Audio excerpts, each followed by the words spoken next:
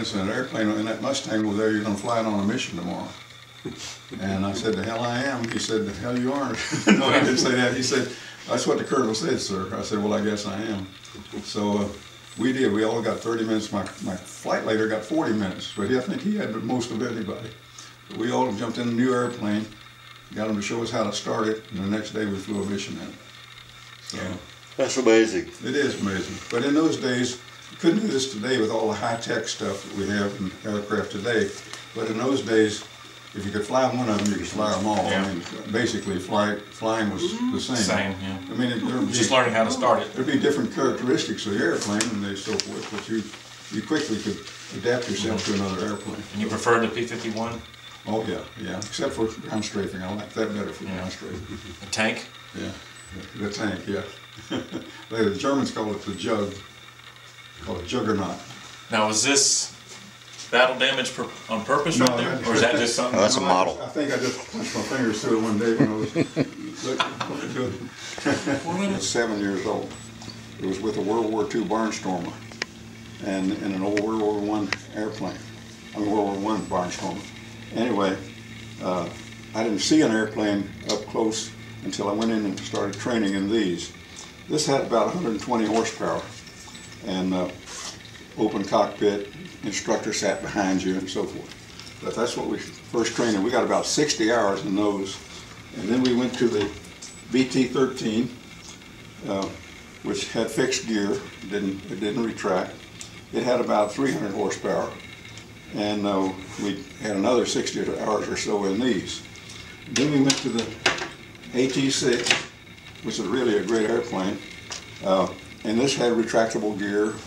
And we even got a little bit of gunnery, I think 1 or 2 missions with a 30 caliber mounted on the AT-6, but that's about all the gunnery we had. Look, that's the same airplane we went out there What's that? at the airport. I was telling him that's the same airplane that's at the restaurant.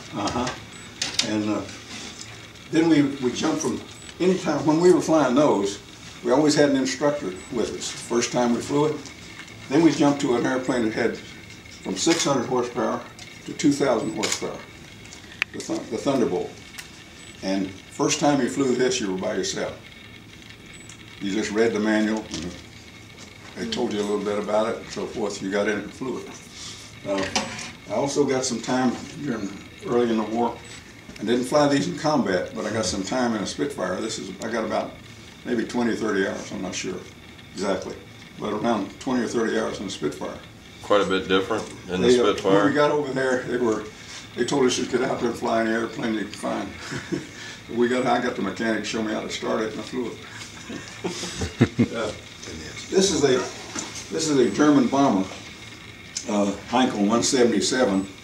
I got credited with shooting down with 1/3 credit, shooting down the first one of these that was shot down during the war.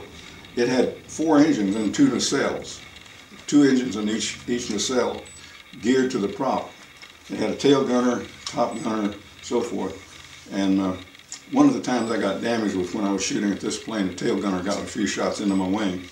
But other than that, I got 1/3. The reason I got 1/3 credit is there was a colonel and a captain, and we all went diving down on this, and this guy made a turn. As we got close to him, we were coming down on him pretty fast. And I was number 3 man in the flight, and as we came down, this guy cut his inboard engine and started making a turn. Well, the colonel and the captain went sliding by him, shooting as they went by, and they said they got some hits on him. I don't know whether they did or not.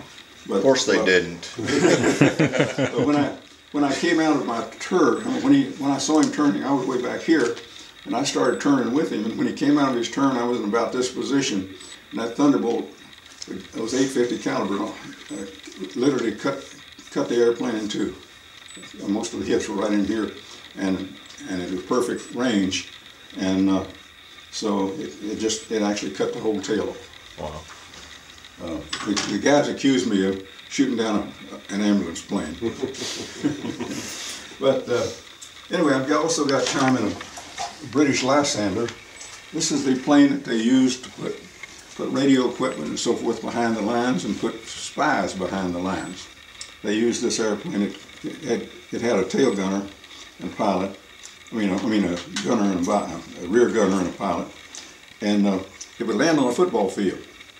It landed at about 40, 45 miles an hour, and had slots in the wings and had, as well as flaps.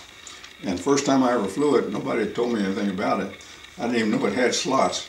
I came in on my landing like this, and all at once the slots popped open, and I'm hanging there like a helicopter. I had a heck of a time getting it on the ground. But it would take off and land off the football field. I towed targets with it at a gunnery school for a couple of missions, and I probably have maybe, I don't know how many hours in it, but not too many. This is an original painting here.